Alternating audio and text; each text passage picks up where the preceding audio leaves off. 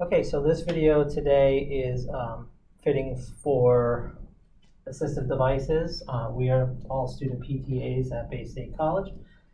So first, I just want to mention when fitting for devices, we want to make sure that our patient has their shoes on. And secondly, we want to make sure when we stand the patient up that they have good posture as well. So first, and I want to mention that all these devices have these buttons and clips to adjust. And in the case of these strand crutches and this single point cane, they have a piece that screws so that you can adjust using the clip. So first we're going to start with the axillary crutches. So I'm going to use Angie as my patient. And the good thing about the axillary crutches is they give you heights down the side.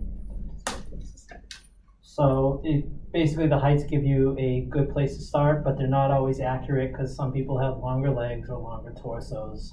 So you will probably need to adjust once you get it. So first thing I'm looking for is to have the crutches 2 inches laterally to her feet and then 6 inches out in front.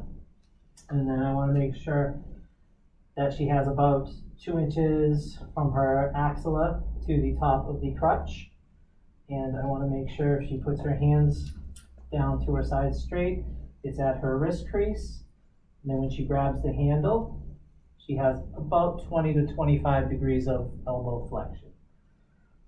So that should fit her pretty well.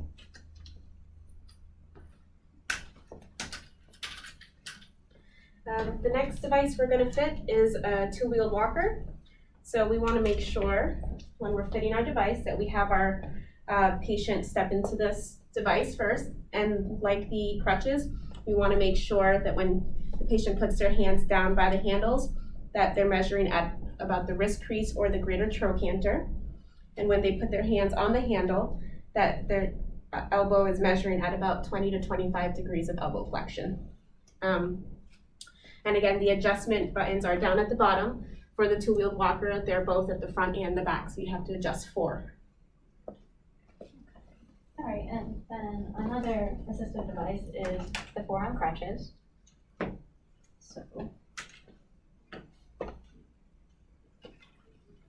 So when adjusting for the patient, you want to make sure again that it's 2 inches lateral and 6 inches in front. Where the cuff is, you want to make sure it's 1 or 1.5 inches below the olecranon process. And also at the hand grip, you want to make sure that it's either at the wrist crease or the greater trochanter. And then also you want to make sure they have the elbow flexion around 20 to 25 degrees. Okay.